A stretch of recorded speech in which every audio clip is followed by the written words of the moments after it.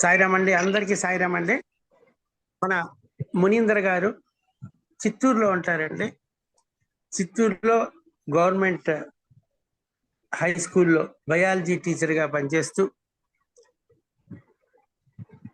ఆధ్యాత్మికంగా ఆయన ఎంతో అందరికి అన్ని చోట్ల కూడా మంచి ప్రసంగాలు చెప్తూ చేస్తూ సచ్చరిత్ర మీద అద్భుతమైనటువంటి ప్రవచనాలు చెప్తూ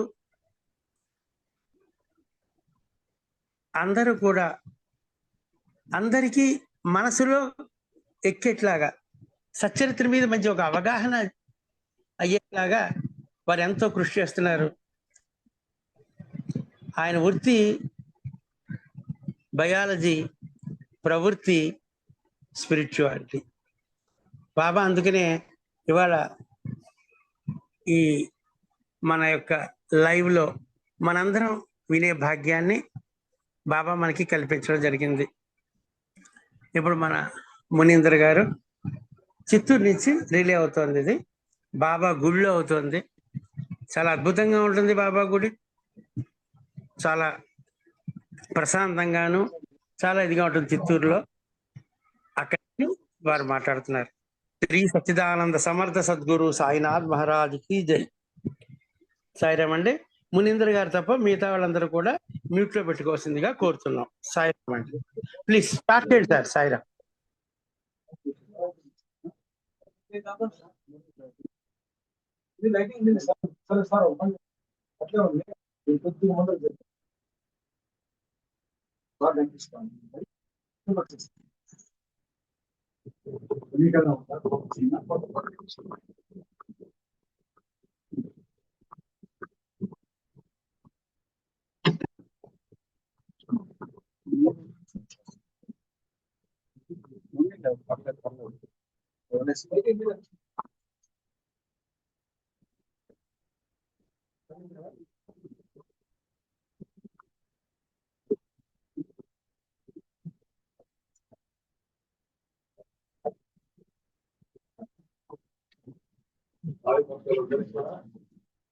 నమస్కారం.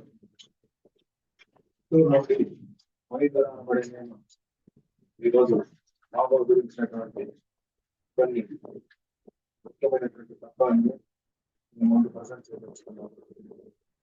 చిత్తూరు చెందినటువంటి విద్యానగర్లో ఉన్నటువంటి షిరిడి సాయిబాబా మందిర్ నుండి నాకు ఏదైనా అవకాశం ఇవ్వడం జరిగింది. ఈ కాలాన్ని మనం సద్వినియోగం చేసుకొని బాబా అనుగ్రహించినటువంటి అంశాన్ని మనం చర్చించుకొని మంచి మధ్యలో మంచి కమాలైనటువంటి మధురమైనటువంటి పాటలతో ఆహ్లాదకరమైన వాతావరణం వినే ఆస్వాదించాలి. బాబా పాత్ర సదా నింబు వృక్షస్య మూలాదివాసానతే యోధాశ్రావిణం తిక్తమప్యప్రియం తదుం కల్పవృక్షాధికం సాధయంతం నమామీశ్వరం సద్గురుం సాయినాథం.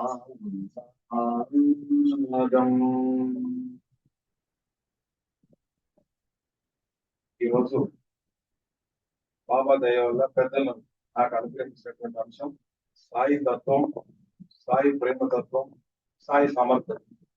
ఇటువంటి మంచి అంశాన్ని వారు నాకు ఇవ్వడం, బాబా అనుగ్రహంతో వాటిని బాబా పలుకుల ద్వారా మనందరం కూడా చర్చించుకోవడం జరుగుతుంది. ప్రసంగం ప్రారంభించే ముందు సుధా మధురమో సాయి శుభకరో మధురమో శుభకరో సాయి జ్ఞాన తీర్థ సాగర సాయి జ్ఞాన తీర్థ సాగర సాయి కరుణారస పరికం సాయి కరుణారసచరితం సాయి శ్రీ సాయి మధురా మధురం సాయి శుభకరం సకల దేవతలు ఒకటే అవధూ జగతి జనం సాయి సకల దేవతలు ఒకటే అవధూ జగతి జనం సాయి ఉడమికి ఉదయం సాయి జలలో జగతికి భయం సాయి చరణం ఉడమికి ఉదయం సాయి చరణం జగతికి భయం సాయి చరణం పరమ పవిత్రం సాయి రామ్ పరమ పవిత్రం సాయి రామ్ మధురమో సాయి శుభకరో సాయి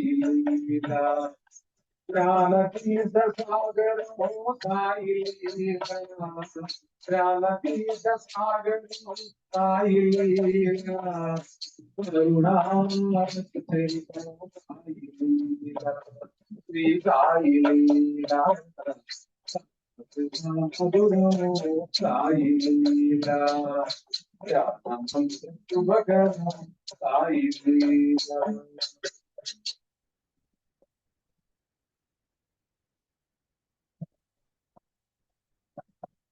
బాబా తత్వం గురించి మొట్టమొదటిగా మనము ఈ రోజు కొన్ని మంచి విషయాలు ముచ్చరించుకుందాం. తత్వం అంటే ఫిలాసఫీ, ఇజం అదొక తత్వం. ఇప్పుడు మనకు బుద్ధిజం గురించి తెలుసు, Jainism, Gandhism, Hinduism, ism ism ism ఆ తత్వాలు. బుద్ధిజం తీసుకుంటే బుద్ధం శరణం గచ్ఛామి, ధర్మం శరణం గచ్ఛామి, సంఘం శరణం గచ్ఛామి. ఈ బుద్ధ తత్వం ముఖ్యంగా గౌతమ బుద్ధుడు ఉపదేశించింది కోరికలు దుఃఖ హేతువు. సాధారణ కోరికలు అయితే కాదు, కానీ ఇది మీరినటువంటి కోరికలు దుఃఖానికి హేతువులని గౌతమ బుద్ధుడు తెలియజేయడం జరిగింది.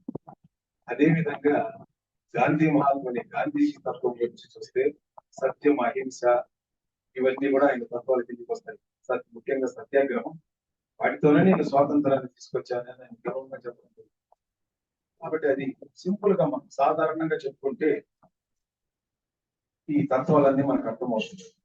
అదే జైన మతానికి సంబంధించి ఒక తత్వం వారికి సూక్ష్మ జీవి కూడా హాని తలపెట్టకూడదు. దిగంబర జైనులు, శ్వేతాంబర జైనులు ఒక్కొక్క విధంగా వారు తత్వాన్ని వారి యొక్క గురుదేవుల వలన అనుగ్రహించబడ్డారు. అదే విధంగా మన హిందూయిజం తీసుకున్నా కూడా ఆ ఇజంలో ఏముంది? సత్ప్రవర్తన, ధర్మ మార్గంలో ప్రయాణించడం, ఇవన్నీ కూడా హిందూ మతానికి సంబంధించినటువంటిది. అందులో మనకు మతం కాకుండా సనాతన ధర్మమే చెప్పబడుతుంది గొప్పగా. ధర్మాచరణ ముఖ్యంగా రాముడు ప్రయాణించిన మార్గం రామాయణం, సత్యం వద ధర్మం చెర, ఇట్లాంటివన్నీ వస్తాం. అట్లాంటి ఈ ఇజంలో సాయిబాబా తత్వం, సాయి యొక్క ఫిలాసఫీ ఏమి? సాయి భగవానుడు ఈ కాలంలో ఆయన సమకాలీకులు మనం కాకపోయినా, మన పూర్వీకులు పెద్దలు ఆయన సమకాలీకులు.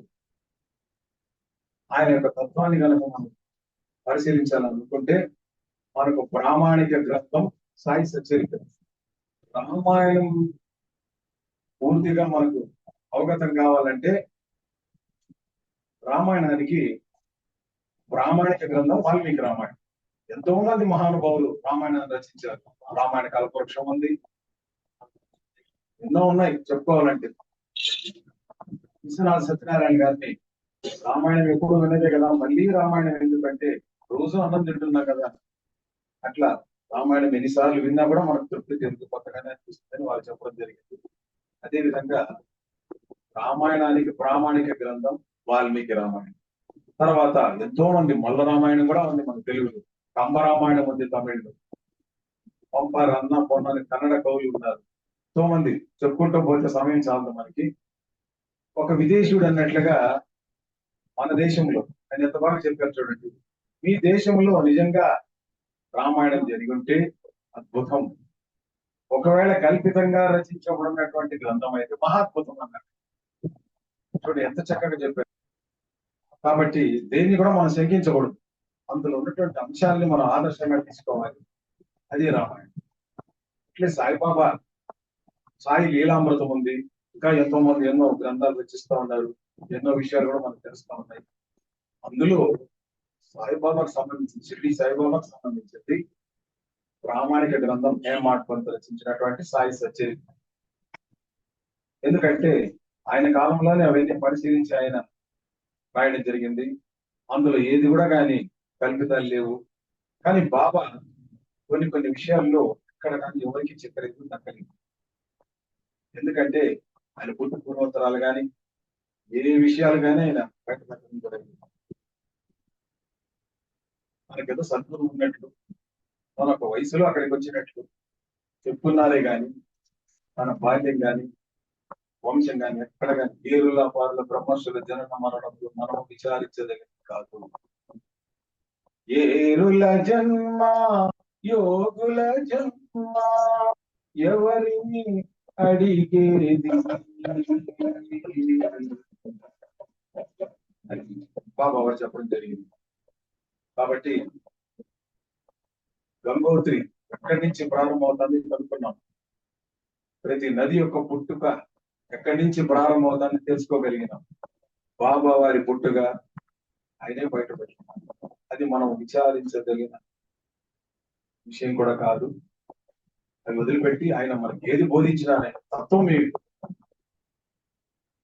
అది మనం ఆచరిస్తే చాలు. ఆయన పూజించడం కన్నా ఆయన ఏం చెప్పారో వాటిని అనుసరించి ఆచరిస్తే మనం సక్సెస్ సాధించినట్లు. బాబా అనుగ్రహానికి పాత్రలు. బాబా తత్వాలు చూడండి. సాయి సచరిత్రలో ఉన్నటువంటి విషయాన్ని ఉల్లేఖిస్తున్నాను. మా విధానాలే వేరు రా అన్నాడు. అంటే నా పద్ధతే వేరు, నా స్టైలే వేరు. అందరి దేవుళ్ళ అందరు సద్గురువుల్లా కాదు నేను. ఎక్కడ కానీ ఆయన నేను దేవుడు అని చెప్పుకోలేదు. సబ్కా మాలిక్ ఏక్ హై, అల్లా అచ్చా కరే, ఇవే చెప్పుకుంటూ రావడం జరిగింది. కానీ నా భక్తులు నేను ఎలా కాపాడుకోవాలని నాకు తెలుసు. నేను ఎక్కడి నుంచి వచ్చానో మీకు తెలియదు, నాకు తెలుసు. జన్మ జన్మల బంధం అనేది నీ యొక్క జన్మాలు కూడా నాకు తెలుసు. కాబట్టి అవన్నీ విచారించడం మానేసి ఏం చెప్పాడు ఆయన, కానీ ఎంత మాత్రం ఆచరిస్తున్నాం. ఇంకా కూడా మనం ఉత్తీర్ణత అందులో సాధించలేకపోయామా? సత్సంగాల ద్వారా ఇంకా కొంతకాలం పట్టినా కానీ ఆయన చెప్పినవి కొన్ని ఆచరిస్తే, తత్వాలు తెలుసుకుంటే బాబా మార్గంలోకి మనం వెళ్ళిపోయాం. ఇప్పుడు ఎల్కేజీ స్థాయిలో ఉన్నాం మనం. కేజీ స్థాయి నుంచి పీజీ స్థాయికి ఎదగాలి. బాబాను పూజించడము, షిరిడీకి వెళ్ళడము, అష్టోత్తరనామాలు చెప్పుకోవడమో కాదు. ఆయన చెప్పిన వాటిలో కొన్ని ఆచరించగలిగితే ఆయన కాదు నీ జీవితం బాగుంటుంది. ఇంటిలో బాగా బాగుంటుంది, నువ్వు ప్రశాంతంగా జీవిస్తావు. అట్లా ఒక పెద్దలాగా ఆయన చెప్పడం జరిగింది. ఏమంటే ముఖ్యంగా నాలుకను వశపరుచుకో. నాలుక చాలా ప్రమాదకరము, కత్తిలా పదునైంది నాలుక. రెండు పెదవుల మధ్యలో ఉండే ఆ నాలుకను నువ్వు వశంగా ఉంచుకుంటే నీకు అంతా మిత్రులే కానీ శత్రువులు ఉంటారు. అది నరం లేని నాలుక, ఎముక లేని నాలుక, ఏదైనా మాట్లాడుతుంది, ఎవరైనా కలుపుతుంది, ఎవరైనా తెంపేస్తుంది.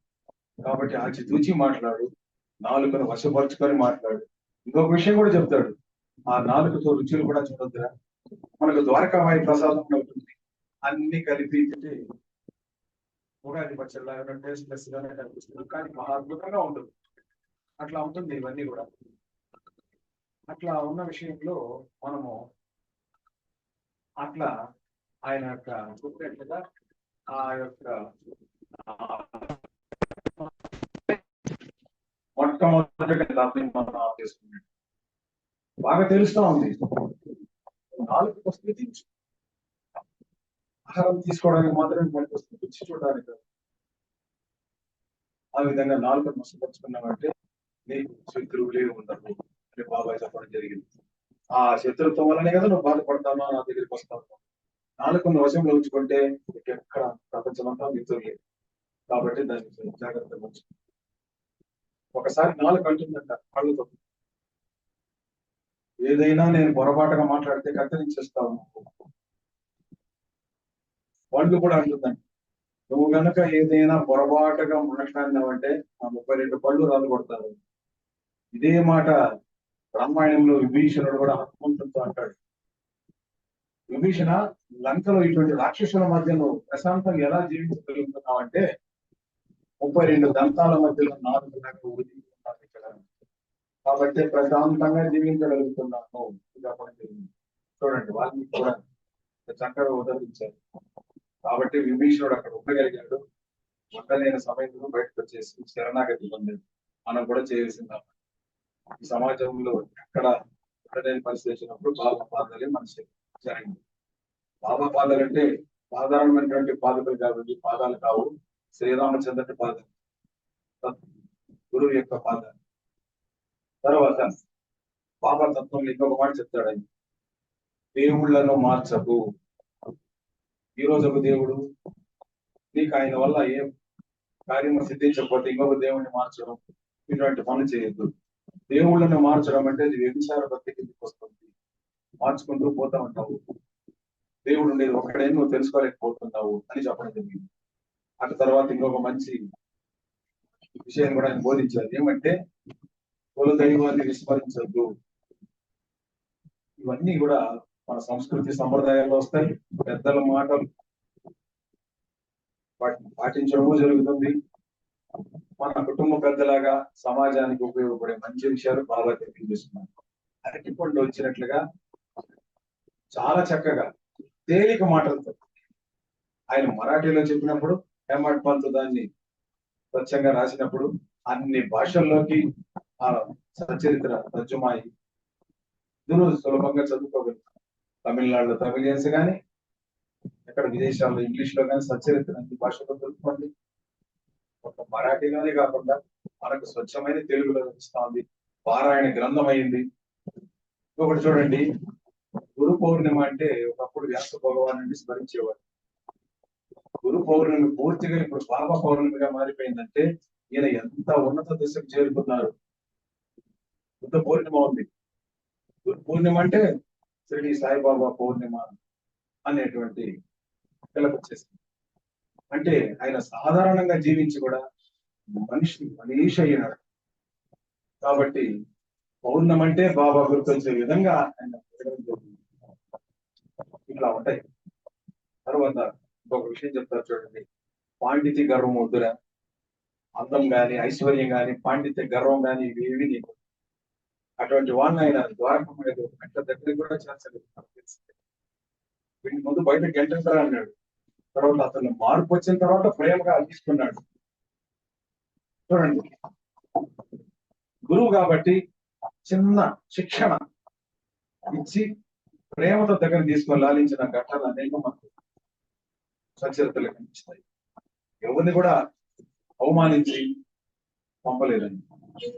మనల్ని కూడా అంతే, మనలో కూడా ఇట్లాంటి గర్వాలు ఏదైనా ఉంటే అన్ని కూడా ఆయన చూడండి, ఆయన కూర్చున్న భంగిమ చూడండి, కాలు మీద కాలు వేసుకొని ఆ వేళ్లతో పాదాలను పట్టుకోవడం జరుగుతుంది. దాని ఉద్దేశం ఏమంటే నీ గర్వాన్ని, అహంకారాన్ని ఏవైనా కూడా ఉంటాడు అన్నింటినీ కూడా సరెండర్ అయిపోయి నా పాదాల వద్ద పెట్టేసి ఒక్కటి మాత్రం నేను అడుగుతున్నాను, అప్పుడు నీవు నాకు ప్రీతి పోతావు. భగవద్గీతలో చెప్పినట్లుగా ఏ విధంగా ఉంటే భగవంతునికి ఇష్టడు అవుతావు చెప్పడం జరిగింది. కాబట్టి ఆ పాదాలు చూపించడంలో ఉద్దేశం కూడా పూర్ణ శరణాగతి నేను సమర్పించి ఈ రోజుతో గర్వం వీడుతున్నాను ప్రభు, ప్రశాంతంగా జీవిస్తాను, అహంకార రాహిత్యంగా జీవిస్తాను అని చెప్పినప్పుడు ఆయన సంతోషిస్తాడు, దగ్గర తీసుకుంటాడు. తిరుమల వెంకటేశ్వరుడు కూడా తన పాదాల వద్ద చూపుతున్నాడు, చేతి అభయహస్తం లేదు అక్కడ, నన్ను శరణు పొందు అన్నంటే నన్నే కాదు, పెద్దలు సద్గురువులు ఎవరైనా సరే అహంకార రాహిత్యంగా జీవించి పాదాల వద్ద సమర్పించి పాదాల మీద తులసి ధరలు వేయడం కారణంగా అహంకార మమకారాలను సమర్పించడం అందులో చాలా మార్పు తీసుకొస్తాం. తర్వాత అదే విధంగా నారద భక్తి ప్రచార మార్గాన్ని నిలవర్చుకొని దాసగణం చెప్పడం జరిగింది. ఒకసారి దాసగణం చేతికి ఉంగరాలు బంగారు ఆభరణాలతో ధరించి పట్టు వస్త్రాలు ధరించి పోతా అంటే ఏమో ఈ పెళ్లి కొడక ఎక్కడికి వెళ్తున్నావు అంటే భక్తి ప్రచారానికి అంటే ఇట్లా పోవడం, సత్సంగాలు భజనలు చేసేటప్పుడు ఎట్లా పోవాలంటే నారదీయ భక్తి మార్గాన్ని ఒకసారి గుర్తుకు తెచ్చుకో, ఎట్లా ఉండాలో తెలియజేశారు. ఎవరికో కాదు, ఆ విషయంలోనూ జరిగింది. ఒక 25 ఏళ్ళుగా సత్సంగాలు చేస్తున్నాను, చేతికి ఉంగరాలు ఆభరణాలన్నీ వేసుకొని పోతున్నప్పుడు చక్కగా ఆయన తీర్చిదిద్దడం కూడా జరిగింది. ఆ విషయం అవన్నీ కూడా ట్రైన్ లో థెఫ్ట్ అయిపోయింది, మొత్తం పోయేసింది. ఇంటికి రావడంతో ఏం జరిగిందంటే టీవీలో ఇప్పుడు ఈ ఛానల్స్ అన్ని లేవు, దాంట్లో షిరిడి సాయిబాబా సినిమా వేస్తున్నారు. సరిగ్గా నేను ఇంట్లో పంపించేటప్పుడు ఏ సీన్ కనిపిస్తా ఉందంటే దాసుగాడు పెళ్లి కొడక ఏమిటో ఇది, ఇవన్నీ అవసరమా నీకు అని ఆ సీన్ ఆ సన్నివేశం చేసినప్పుడు కళ్ళలో నీళ్ళు వచ్చింది. సత్సంగాలకు పోయి ఇప్పుడు ఎట్లా పోవాలి, ఆడంబరాలు ఆభరణాలు అవసరం లేదు, పద్ధతి కాదు. సాంప్రదాయ పద్ధతిలో నువ్వు వెళ్ళి ప్రశాంతంగా భక్తి మార్గాన్ని ప్రవచించు, ఉపదేశించు. ఎందుకంటే నీకు వాటిని తెలుసుకున్నప్పుడు ఆడంబరంగా గర్వం అనేది వస్తుంది, వినే వాళ్ళకు కూడా ప్రశాంతమైనటువంటి వాతావరణం కనిపించదు అని చెప్పండి. ఇట్లా ఆ విధంగా ఉంటాయి. అదే విధంగా దాసుగణం ఒకసారి ప్రయాగ త్రివేణి సంఘం వెళ్తున్నాను బాబా అంటే సకల తీర్థాలు సద్గురువు పాదాల వద్ద ఉన్నాయి. ఆయన కాలి బొటనవేలి నుంచి నీటి చెమ్మొచ్చదు. మనం చలనచిత్రాల్లో వివిధ వాటిలో మీరు పొందినట్లుగా ఒక మాటలు చూపిస్తారు, అవి మనకు అవసరం లేదు. గురువు పాదాలు ప్రేమతో చెంబాయిల పట్టం ఆయన చూశాడు, అక్కడ పాదోద్భవ గంగని చూశాడు, చూడటం జరిగింది. కాబట్టి అంత దూరం పోవాల్సిందే, పుణ్యక్షేత్రాలన్నీ దర్శించాల్సిందే, కానీ ప్రయాసపడి పోవద్దు. ఆ షిరిడికి కూడా అప్పు చేసి రావద్దు అంటాడు బాబా. నువ్వు అనుమతి తీసుకోకపోయినా పర్వాలేదు, ప్రేమతో రా, అవకాశం ఉన్నప్పుడు అప్పు చేసి రావద్దు, అది కూడా అవకాశం ఉంది రావడానికి అని చెప్పడం జరుగుతుంది. ఆ విధంగా ఉండాలి. కాబట్టి కాశీకి పోవడము, అక్కడ ఏదో వదిలిపెట్టి రావడం కొంతమంది చేస్తుంటారు. కాశీకి వెళ్ళిన కాకరకాయ వదిలిపెట్టేస్తారు, జీవితంలో పనికిరాని ఆలోచనతో గంగలో వదిలిపెట్టవలసింది అహంకారాన్ని, అరిషడ్ వర్గాల్ని, అటువంటి వాటిని వదిలేసేయాలి. వాటికన్నా కూడా పవిత్ర గంగ లాంటి ఆయన పాదాలు వస్తారు.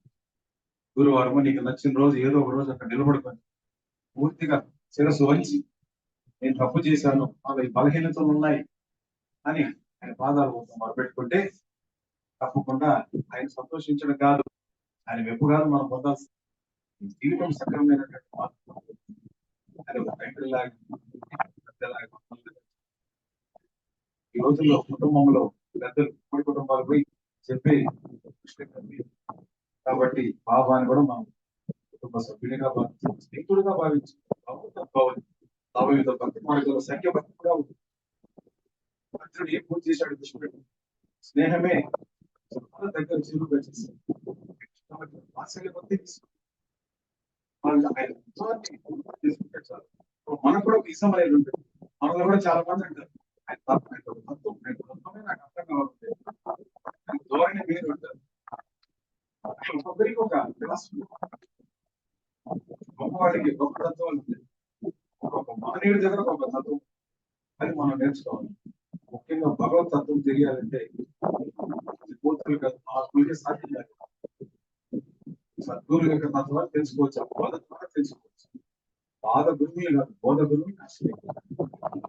ఆ విధంగా తర్వాత ఎందుకంటే వ్యక్తి భావ తత్వంలో చెప్పడం జరిగింది. మధ్య మధ్యలో మంచి పాటలు కూడా మనం ఆస్వాదించాం. తర్వాత కబీర్ మతమే నా మతం.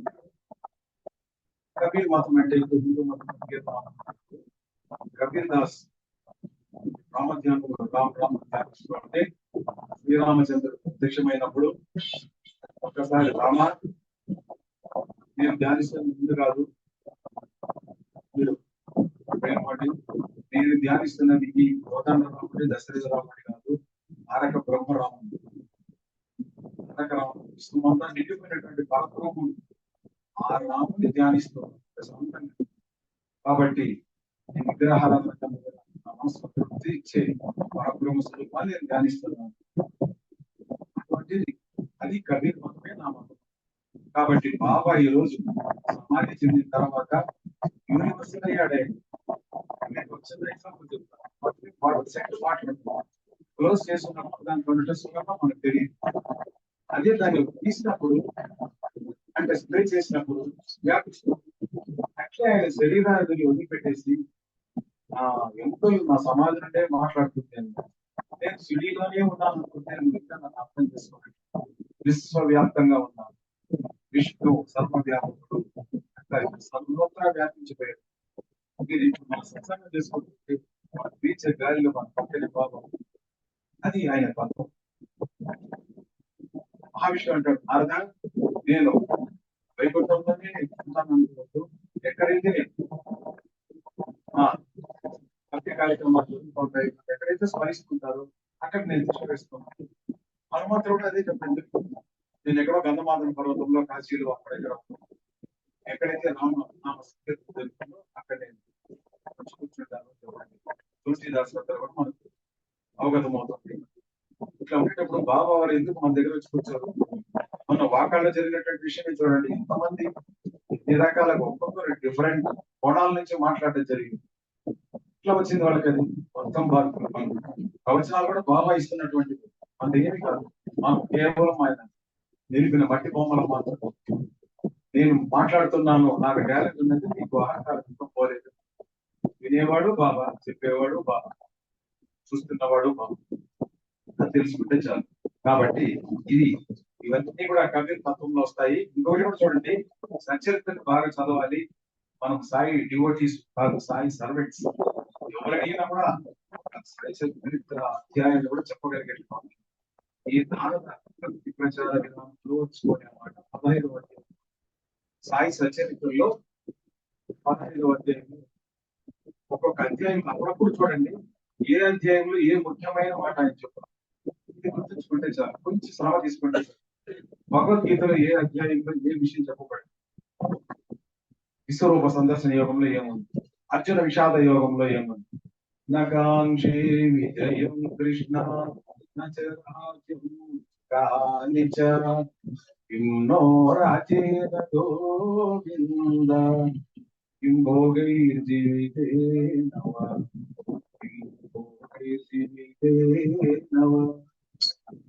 అది సాధన మీద వస్తుంది. ఊరికే బైహార్ట్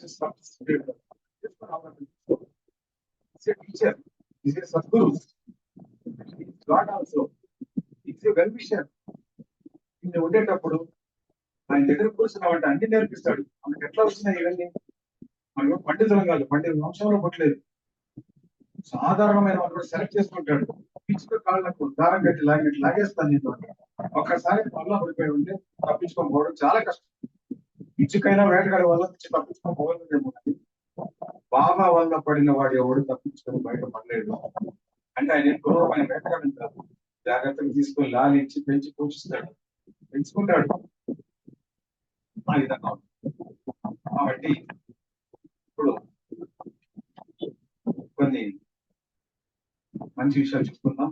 ఒక చిన్న పాట. షిరిడి సాయిబాబా వారు సమాధి చెందినటువంటి స్థలం ఏదంటే శ్రీకృష్ణ మందిరం నిర్మించాలని. అక్కడ నన్ను సమాధి చేయాలి. కృష్ణ మందిరాన్ని కట్టే చోట సమాధి మందిరంగా చేయాలంటే ధైర్యం కావాలి. ఎవరైతే శ్రీకృష్ణ భగవానుడు శివుడా లేదు ఇంకెవరైతే వారు అంశంతో చెప్పించారా? అది ధ్యానిస్తూ పోతే మనకి అవ్వదు. అందుకే ఆయన శ్రీకృష్ణ పరమాత్మ అని బాగా తేటతెల్లం. నమస్తే మునీంద్ర గారు, ఒక్కసారి మీ సాయి కృష్ణ మురళీధర హరే సాయి కృష్ణ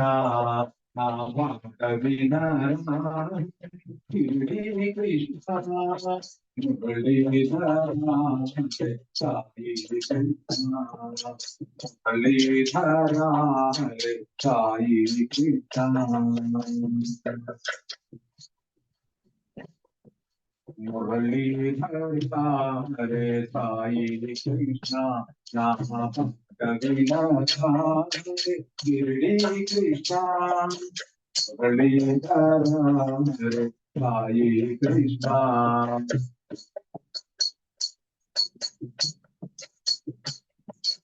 గిరిడిలోని మొదేరగ మనసాయరా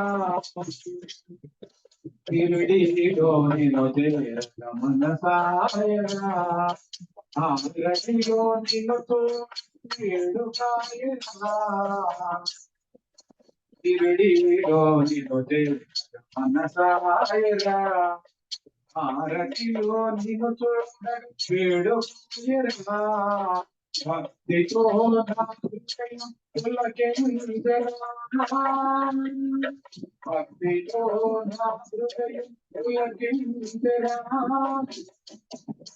కరుణతో ఆదరించి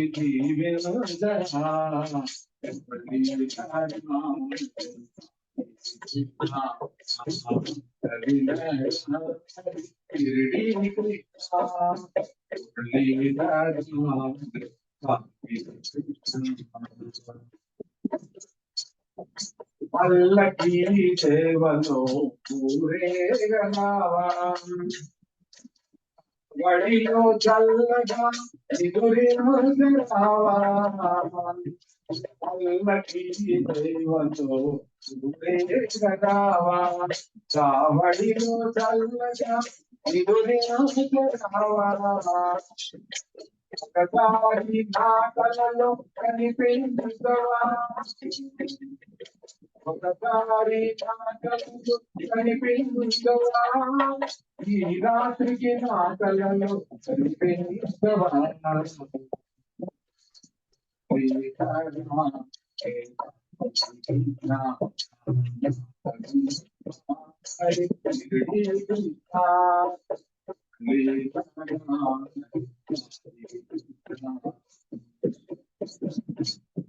ద్వారకామయిలో నిన్ను చూడగా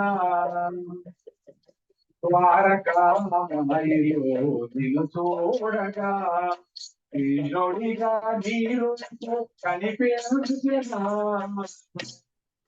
ద్వారకామయిలో నిన్ను చూడగా ఈరోడిగా నీరు కనిపించనా నా బ్రతుకే లెక్కితో సత్యం నా బ్రతుకే లెండితో భక్తితో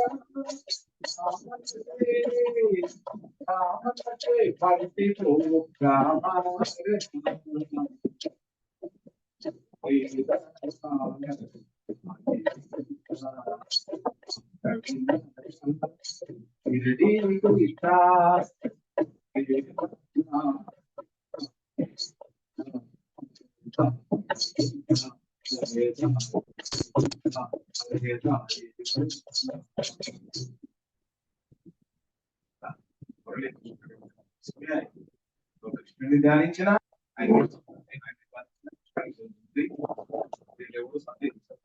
లేదు. అదే విధంగా చూడండి, సాయి సద్గురువా పరబ్రహ్మ పరబ్రహ్మే అనుకుంటే చూడండి, మన 3 మతాలు ఇబ్రహీం, అబ్రహాం, పరబ్రహ్మ మూడింటి ఏమొస్తుందో ఒకసారి బాగా ఏమిటి బ్రహ్మ పదార్థం? విశ్వమంతా నిండింది, రూపు లేదు, పేరు లేదు, ఇట్లాంటి ఉంటాయి. ఆ స్వరూపాన్ని ధ్యానిస్తే సాయిరాం సార్, ఒక్కసారి సాయిరాం సార్,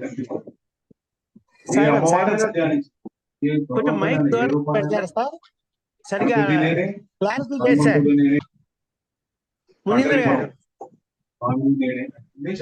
సాయిరాం సార్, మునీంద్ర గారు క్లారిటీ రావట్లేదు సార్.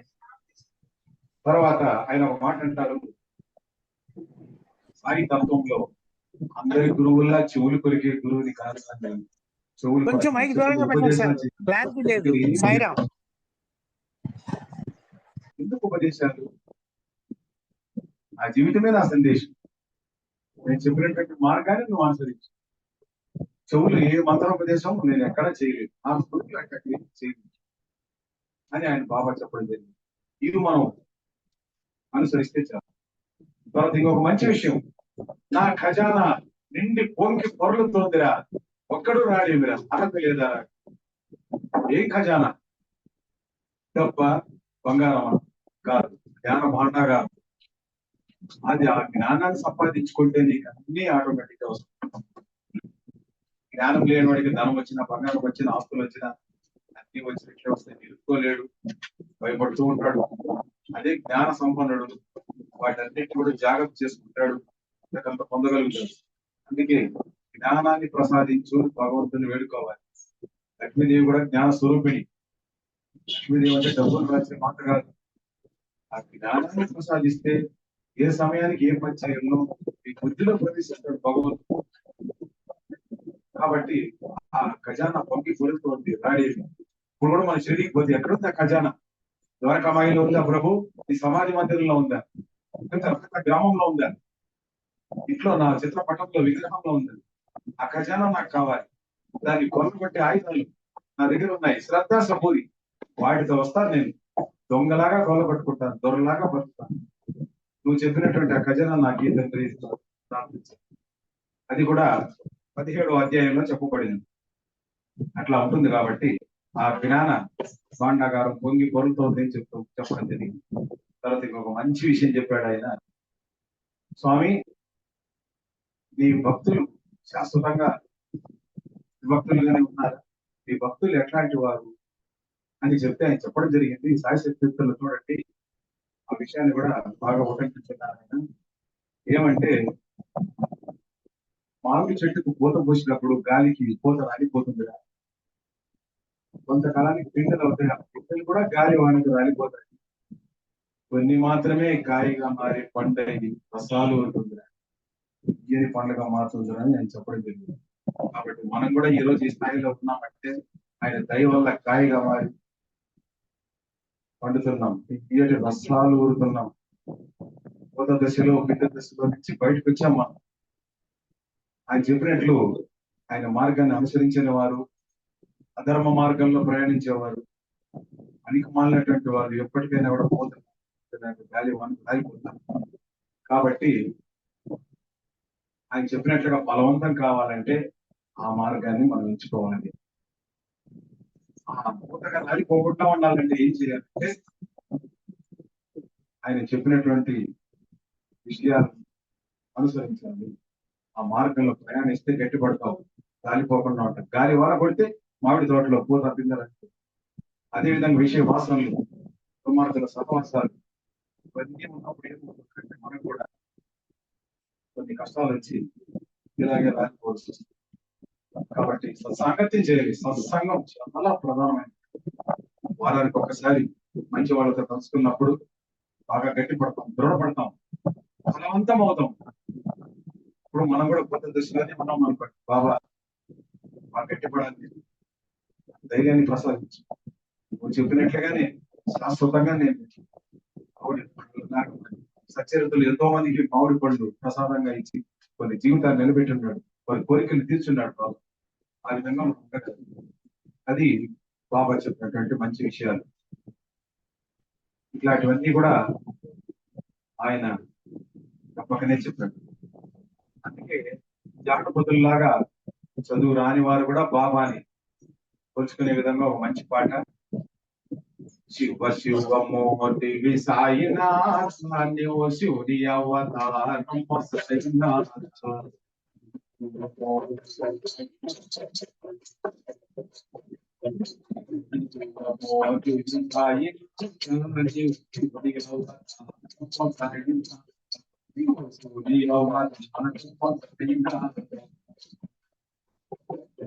కిరడి కచేరి చివి సాయినాథా మహాత్మాను చివి సాయినాథా కిరడి కచేరి చివి సాయినాథా మహాత్మాను చివి సాయినాథా పేరు పొంది చివి సాయినాథా చెట్టు కింద చేరి చివి సాయినాథా చెట్టు కింద చేరి చివి సాయినాథా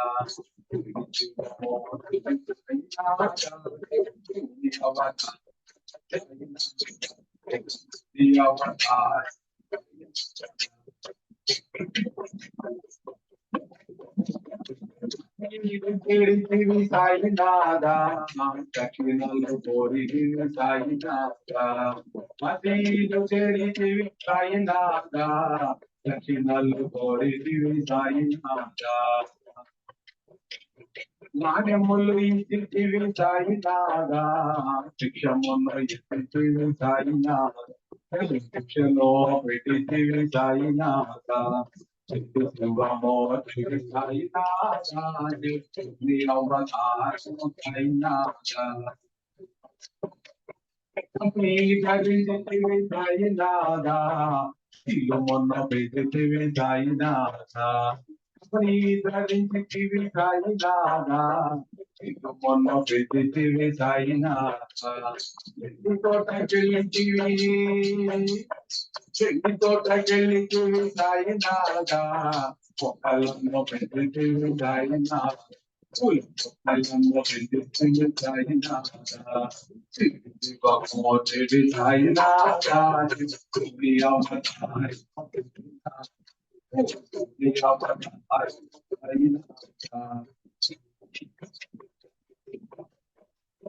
చాగటికి వెళ్ళితివి సాయినాథా యోగ నిద్రలోకి వెళ్ళితివి సాయినాథా యోగ నిద్రలోకి వెళ్ళితివి సాయినాథా పండితివి సాయినాథా వ్యాధులను పాపితివి సాయినాథా సకల వ్యాధులను పాపితివి సాయినాథా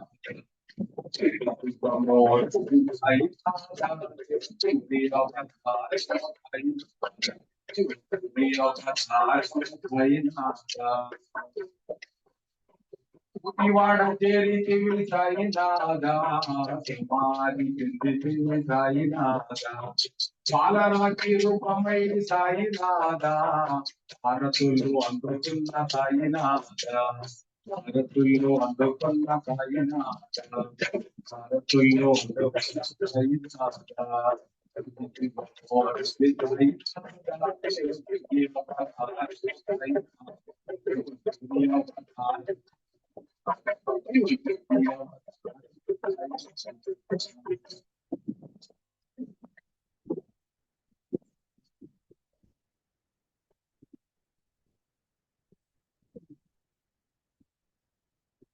బాబా గారు సచ్చరిత్రలో మొట్టమొదటిగా ఒక తమాష చూడండి. హేమాడ్ పంత్ ఎట్లా రాశారంటే, మామూలుగా జీవిత చరిత్ర రాసేటప్పుడు బాల్యము, వారి వంశము, వంశ చరిత్ర. సాయిరామ్ సార్, సరిగ్గా అర్థం అవ్వట్లేదు సార్, అది క్లారిటీ లేదు సార్.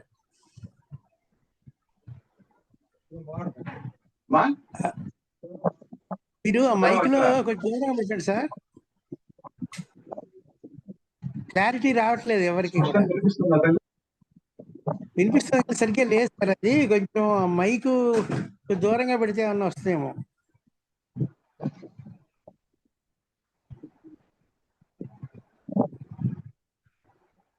ఇప్పుడు వినిపిస్తుందా? చాలా స్లోగా వినిపిస్తుంది సార్. మీరు అంతకంటే ఫోన్ తీసుకుని దగ్గర పెట్టుకుని మాట్లాడితే ఇంకా బ్రహ్మాండంగా అందరికీ వెళ్తుంది సార్.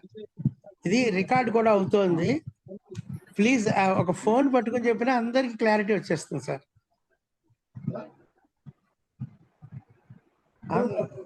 ఫోటో బాగా కనిపిస్తుంది కానీ వీడియో ఆడియో చాలా చాలా డిస్టర్బెన్స్ గా బ్రేక్ అవుతుంది సార్. ఫోన్ దగ్గర పెట్టుకోండి సార్, బ్రహ్మాండంగా ఉంటుంది.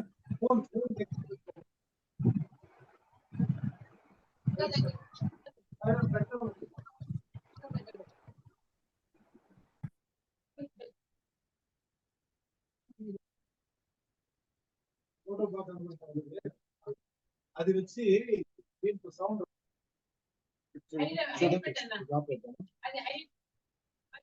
హలో స్వామి, ఇప్పుడు వస్తున్నదా? ఇప్పుడు వింటుందా సార్ మీకు? క్లియర్ లేదు. హలో, యా ఇప్పుడు బాగుందండి, ఇప్పుడు బాగుంది. ఎస్ ఎస్ కొంచెం ఫోన్ దగ్గర పెట్టుకోండి సార్. స్వామి, సరే అమ్మా, సరే పెడతాను. ఇప్పుడు నేను చెప్తాను. చాలా సంతోషం తల్లి, తప్పకుండా అట్లే చేద్దాము. క్షమించండి సంతోషం. ఇప్పుడు స్పష్టంగా వినిపించడానికి ప్రయత్నం చేస్తాం. ఇప్పుడు బాగా వినిపిస్తుందమ్మా? ఇప్పుడు బాగుందండి, క్లియర్ గా ఉంది. సంతోషం. తర్వాత బాబా యొక్క తత్వం వల్ల ఇంకొక విషయం ఏమంటే, హేమాడ్ పంత్ ఆయన రాసేటప్పుడు మొట్టమొదట ఒక చలనచిత్రం సినిమా ఉన్నటువంటి ఫ్లాష్ బ్యాక్ చూపించినట్టుగా అద్భుతంగా రాయడం జరిగింది. మొట్టమొదట బాబా పుట్టుక అవి కాకుండా బాబా తిరుగలి రాయి విసురుతున్నట్లుగా చూపించడం జరిగింది. ఆయన స్టార్టింగ్ ప్రారంభంలో బాబా విసురుతూ కనిపిస్తాడు. చూడండి, ఒక చలనచిత్రం లాగా మనకు అనిపించడం లేదు, ఒక పుస్తకం చదువుతున్నట్లుగా అనిపించలేదు, ఒక జీవిత సన్నివేశాన్ని చూస్తున్నట్లుగా ఉంది.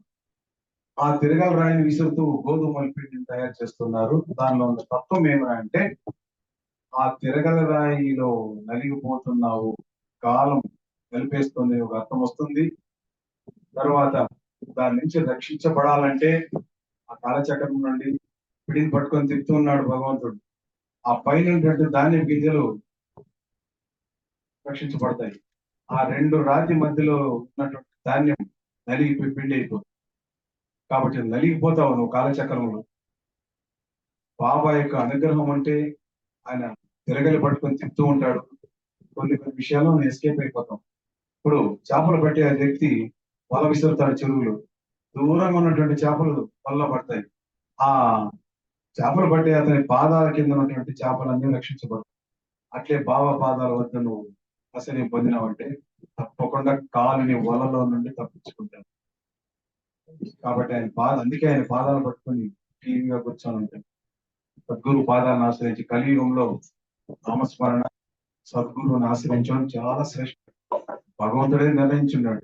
మన కాల పరిమితి తక్కువ, కలియుగంలో ఆయుు ప్రమాణం తక్కువ, మనకు సమయం లేదు, వేగం పెరిగిపోతా ఉంది. యజ్ఞ యాగాదులు జప తపాదులు వాటికి సమయం లేదు.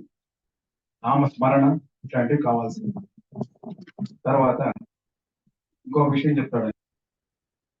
బాబా వారు ఆ రోజులు రొట్టెలు చపాతీలతో పాటు పచ్చి ఉల్లిపాయ కొరికి తింటూ ఉన్నారు. ఆ రెండింటి కాంబినేషన్ ఉంది. ఎవరో భక్తులు అక్కడ ద్వారకామాయ దగ్గరికి వచ్చి మెల్లగా కొనుక్కుంటూ ఉన్నారు. ఈ ఉల్లిపాయలు తినేవాడు మనకేం సందేశం ఇవ్వగలడు, మన జీవితాన్ని ఏం బాగు చేయగలడు? ఉల్లిపాయ నిషిద్ధమని కొందరు అభిప్రాయం. పులి చేసే మేలు తల్లి కూడా చేయలేదని ఇంకొక పక్క వాదన ఉంది. ఆ మాట వినేశాడు ఆయన. భగవంతుడు సద్గురువు కదా.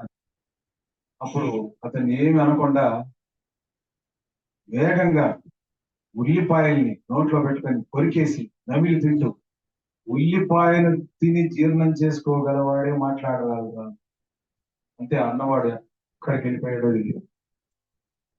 కాబట్టి విమర్శించే అందుకే నాలుగు వశపరచుకో, ఏది పడితే అది మాట్లాడు. నిషిద్ధ పదార్థాలు కొన్ని ఉన్నాయి, వాటిని తీసుకోవద్దు, కానీ కొన్నిటి విమర్శించకూడదు. ఆయన తినే ఆహారం ఎటువంటిది? సాత్విక ఆహారం. మాంసం వండినాడు కానీ ఇప్పుడు ఎక్కడ తినలేదు ఆయన. ఒక బ్రాహ్మణుడిని చూసి మాంసం ఉడికిందో లేదో చెప్పమంటాడు. స్వామి, నేను బ్రాహ్మణుని కదా, నన్ను అవమానం చేస్తున్నారంటే లేదా, అది నోట్లో పెట్టుకొని చూసి ఉడికిందా లేదా చెప్పనక్కర్లేదు. స్త్రీలు చూడు, చేతితో బట్టి ఉడికిందా లేదో చెప్పేస్తారు. కంటితో చూసి కొందరు చెప్పగలరు. అది మహిళా మతలు ఇప్పుడు కూడా మన ఇళ్లలో చూస్తుంటాం. చూసి చెప్పేస్తారు వాడు ఉడికింది లేదు. కాబట్టి అట్లా నిన్ను అన్నానే కానీ నేను కించపరచాలని కాదు. వంటలో నేర్పరితనం రావాలి. బాబా వంటకాలు కూడా ఒక అధ్యాయంలో ఉంది. పచారి కొట్టిపోయి అక్కడ సరుకులన్నీ తీసుకొచ్చి స్వయంగా చేసి ఎంత అద్భుతంగా ఉన్నాయి ఆయన చేసిన వంటలు. మన ఇళ్లలో కూడా చేసుకొని తినచ్చు. స్వయంగా వడ్డించినాడు. ఇట్లాంటివన్నీ ఉన్నాయి. భిక్ష తీసుకొచ్చాడు, కొడంబ పాత్రలో వేసాడు, అన్నిటిని ఒకటికి వేసి పిల్లులు కాకులు అన్ని కుక్కలు తింటూ ఉంటే మిగిలిన వాటిని తమాషగా తింటూ కూర్చున్నాడు. ఆయన తినింది పిడికడే. ఆ తినడంతో కడుపు నింపుకునేవాడు. భగవంతునికి కడుపు నిండిపోయింది. కృష్ణుడు ఏ విధంగా అయితే ఒక్క మెతుకు ద్రౌపది దేవి ఇచ్చినప్పుడు అక్షయ పాత్రలో చూసి తిన్నప్పుడు దూర్వాస మహర్షికి శిష్యుడికి అందరూ కూడా ఆయాసం పట్టుకునేందో భగవంతుడికి ఒక్క మెతుకు చాలు. అందుకే మితాహారం గాంధీజీ చెప్పాడు, సాయిబాబా కూడా చెప్పకనే చెప్పాడు, మితాహారం ఆరోగ్యదాయకం. మనం అన్నాన్ని తింటా ఉన్నాం, మీరు తింటా ఉన్నాం, ఒక దశలో అన్నం మనల్ని తింటుంది. కాబట్టి ఆయన చెప్పినట్లుగా మితాహారం తీసుకోవడమే చాలా మంచిది. దాన్ని నలుగురికి పంచి తినడం చాలా మంచిది. ఆ ఆహారాన్ని కూడా రుచి చూడకుండా ద్వారకామయ ప్రసాదం లాగా తీసుకో. ద్వారకామయ ప్రసాదం లభించడం అద్భుతం. అది ఎక్కడ దొరకదు, ఏ పుణ్యక్షేత్రంలో దొరకదు, అక్కడ మాత్రమే లభిస్తుంది. ఒకసారి తీసుకుంటే నాలుకను పూర్తిగా నీ వశం చేసుకోవచ్చు. టేస్ట్ లెస్ కాదు, అది హెల్తీ ఫుడ్. ఇంట్లో కూడా నువ్వు అన్నం ముద్దలు కూడా ద్వారకామయ ప్రసాదం లాగానే ఇంకా ఇలా చేసినప్పుడు అదే విధంగా భావించి అదే విధంగా ఇట్లాంటివన్నీ ఆయన చెప్పడం జరిగింది. అటు తర్వాత ఆయన ఏ విషయం చెప్పినా కూడా మన కుటుంబం పెద్దలాగా చెప్పారనే విషయాన్ని మర్చిపోవద్దండి. అదేదో పెద్ద విషయంగా మీరు భావించొద్దండి, తేలికగా తీసుకోండి. మన జీవితాలు మారడానికే మనకు పనికి వస్తాయి. అదే విధంగా ఇంకొక మంచి మాట చెప్పారు, దేవుడికి మొక్కుబడులు చెల్లించు, చెల్లించకపోతే నువ్వేం బాధపడతా, దేవుడు శిక్షించడు నిన్ను. కాకపోతే నీకు అసత్య దోషం అంటుకుంటుంది అంటే సప్తశృంగి మాత వనిలో ఉన్నటువంటి మాతకి ఒక భక్తుడు పూర్వీకులు ఏదో మొక్కు చెల్లించడం మర్చిపోయి ఉంటే గుర్తు చేసి అమ్మవారికి మేము మొక్కులు చెల్లించిరా. వీలైతే మనం సప్తశృంగి మాతను అక్కడ కూడా వనిలో కూడా దర్శించుకోవచ్చు. చాలా అద్భుతంగా ఉంటుంది ఆ తల్లి అష్టభుజాలు. అసత్య దోషం అంటుకుంటుంది. భగవంతుడు నేనేమి శిక్షించుడు, నా మొక్కులు చెల్లించలేదని ఎదురు చూడడు. చూడండి, తన బిడ్డలకి అసత్య దోషం కూడా అంటుకోకూడదని బాబా యొక్క భావన, ఆయన తత్వం అది. ఎందుకురా నా బిడ్డ అసత్యం ఆడాడు, ఆ దోషం ఎందుకు నా బిడ్డకి అంటుకోవాలి, చెల్లించేసే నిదానంగా చెల్లించు, దాని గురించి భయపడదు. భగవంతుడు కఠినాత్మడు కాదు, నేను శిక్షించడం జరుగుతుంది. That is babas philosophy. ఇవన్నీ సచరిత్రలో ఉన్నాయి. ఇవన్నీ మన ఇళ్లలో పూర్వీకులు తాతలు పెద్దలు చెప్పేవి, కానీ ఈ రోజు అవన్నీ ముఖ్యమైపోయినాయి. నువ్వేం నాకు చెప్పేది అనే రోజులు వచ్చేసినాయి. కాబట్టి సచరిత్రలో ఉన్నటువంటి విషయాన్ని పసిపిల్లలకు కూడా ఇప్పటి నుంచే నేర్పిస్తే సక్రమమైనటువంటి మార్గంలో వచ్చే అవకాశం ఉంది. ఆ విధంగా ఆయన తత్వాన్ని పూర్తిగా మనం ఇచ్చిన సమయాన్ని కొన్ని చెప్తున్నాము. తర్వాత సాయిబాబా యొక్క ప్రేమ తత్వాన్ని కూడా మనం చెప్తున్నాం. చాలా బాగుంటుంది ఇది. బాబాని పూజించేటప్పుడు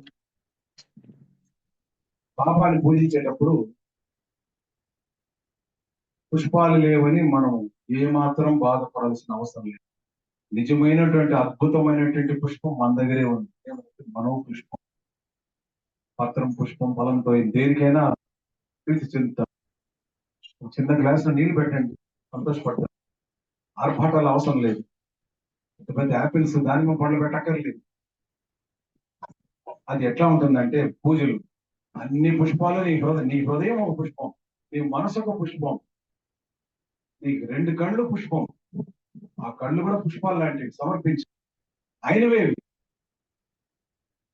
ఆయనది కానిది ఏది లేదు నీలో. అందుకే సాయికి దే పూజ, పాద పూజ, సాయికి దే పూజ, పాద పూజ, మనసుతో చేసే చల్లగా పూజ, సాయికి దే పూజ, పాద పూజ, కనకాలి నా సాయికి కనకామరమాల, బదల రాగని జయమంతులమాల, మోహనాగర్ భూపనికి జగలితోలమాల, జయదలిచే తండ్రికి పవనమాల, సాయికి దే పూజ, పాద పూజ, మనసు పూజ, సాయికి దే పూజ, పాద పూజ,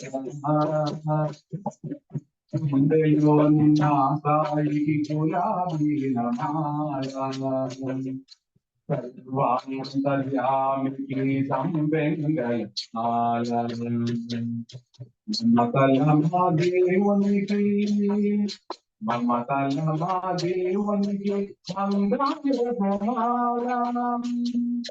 బంగారు సాయికి బందే పూలం సాయికి పూలం పాద పూజ మంచి మనసుతో చేసే కళ్ళ పూజ సాయికి పూజ పాద పూజ ఇలా మానుగదానికి పూలమాల కన్ను బిందులు చేసేసి కమలాలం నీ నుండి దిగినావా నీ బాల పూజ నీ నుండి దిగినావా నీ బాల పూజ నమ్ము భరువరాదని నమ్ము భరువరాదని భరువపు మాల పూజ పాద పూజ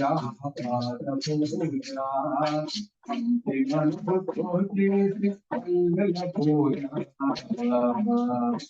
మాధవస్వరూపునికి నాగమల్లె కలుపుల సాయికి తులసి చల్లని నా సాయికి సంబకాల కోరికలు తీరేందుకు కోరికలు తీరేందుకు కదంబాలమాల సాయికి పూజ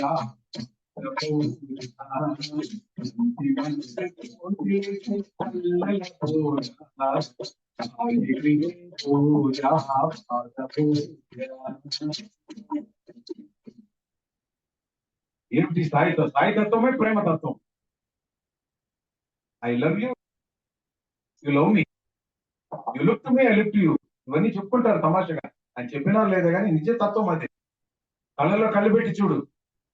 ఆయన దగ్గరికి భక్తితో కాదు ప్రేమతో వెళ్ళు. నీ తల్లి దగ్గరికి, తండ్రి దగ్గరికి, సోదరుల దగ్గరికి ఎట్లా పోతావు, కుటుంబ సభ్యుల దగ్గరికి అట్లా పోవచ్చు. ఏమి తీసుకోవద్దు. పెద్దల వద్దకి ఉచి చేతులతో పోకూడదు అంటారు. పెద్దలను బిడ్డల్ని రోగగ్రస్తులను చూడడానికి ఒట్టి చేతులతో పోవద్దని. బాబా దగ్గరికి ఏమీ అక్కర్లేదు, ఏది ఆశించలేదు. నీ మనో పుష్పాన్ని ఆశించాలి. నీ దుర్గుణాలని పాదాలకు సమర్పించి నేను తీసేసుకుంటాను. ఎందుకు భిక్ష స్వీకరించినాడు అందరి ఇళ్లలోకి పోయి? ఏమి లేకనా అందరికీ ఆహారం ఐశ్వర్య ప్రదాతం. శివుడు భిక్ష తీసుకొని జీవించిన ఆయన దగ్గర ఏమీ లేదు, అందరికీ ఆయన అన్ని ఇస్తాడు. శివుడు కూడా అంతే కదా, బోలాశంకరుడు అంటావు. ఏముంది ఆయనకి? పిల్ల, ఆభరణాల, ధనము. ఆయన ఇవ్వలేంది ఏం చెప్పండి? అట్లే బాబా భిక్ష స్వీకరించి వాళ్ళ పాప కర్మలన్నీ కూడా తీసుకునేస్తాను. అది భాగ్యం ఉండే వాళ్ళకే లభిస్తా ఉంది. అందుకే ఎవరైనా కూడా ఇంటి వద్దకు వచ్చి ఏదైనా యాచించినప్పుడు పాత్ర మెరిగి దానం చేయడం కూడా మన లక్ష్యం. ఆ పాత్ర దానం దయచేసి చేయొద్దండి. పాత్ర దానమే చేయండి, చూసి చేయండి. పుణ్యం లభించాలని చేయొద్దండి, నిస్వార్థంతో చేయండి. ఆ విధంగా ఉండాలి. ఆయన ఇంకొక పని చేశాడు చూడండి.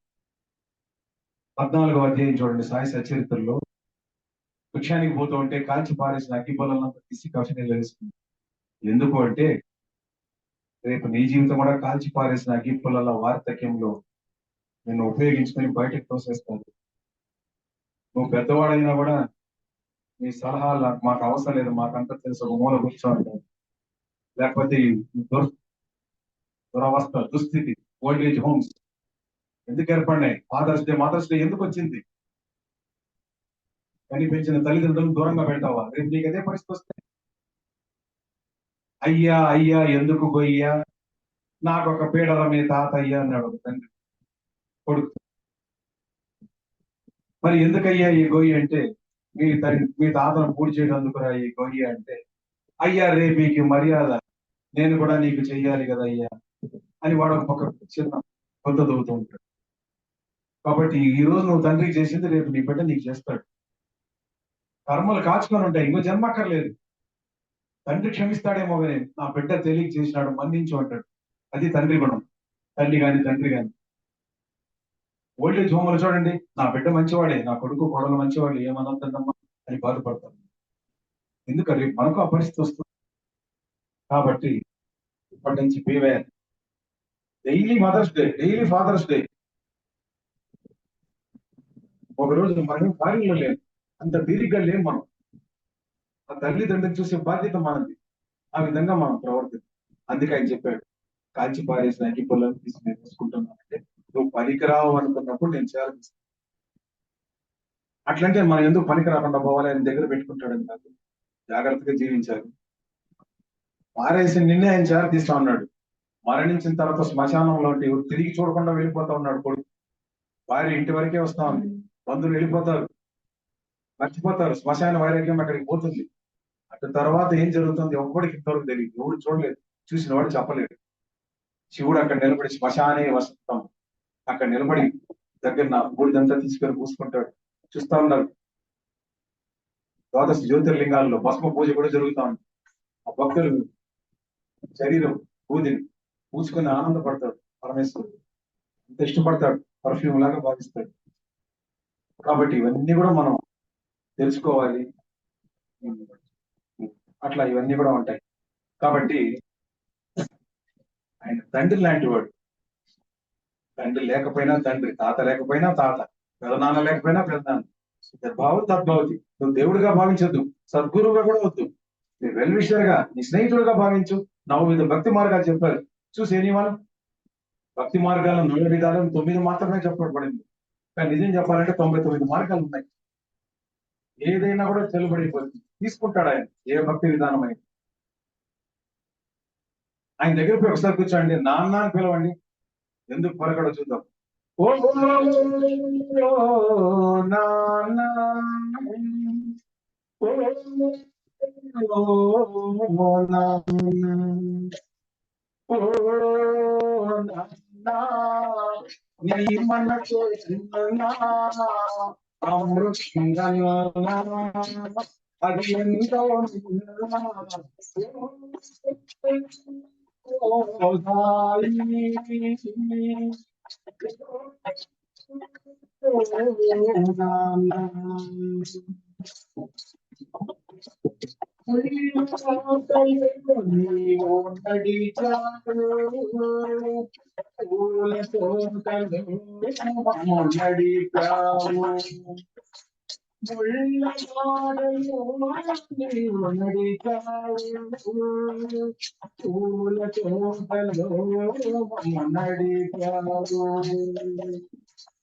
ఏ పూటకున్నావు, ఎన్ని పస్తులున్నావు, పరమాత్మ జాతి ఉంచావు.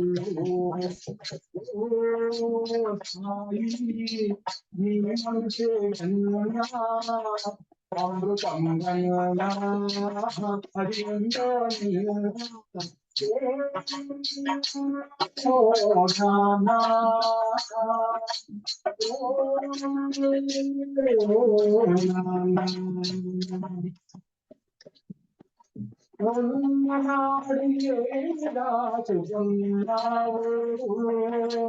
లేని నాడు చేయి చాపకనన్నా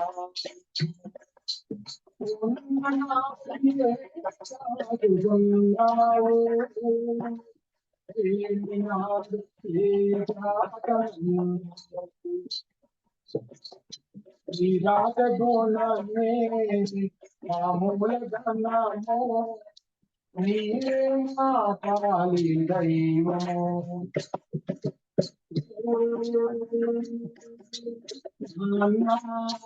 నీ మనసే అమృతం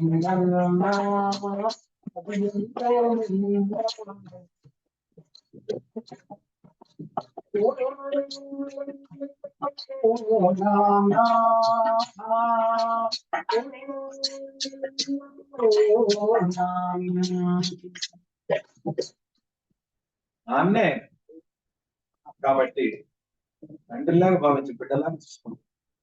ఏ దూరం వస్తారో అని ఏ పాటైనా పాడుకో, సంగీతమే రానక్కర్లేదు, కీర్తనలే నువ్వు పాడక్కర్లేదు, నీ బాధనే ఏడుపునే పాటగా చేసి పాడు, కన్నీళ్ళే నీ పాట.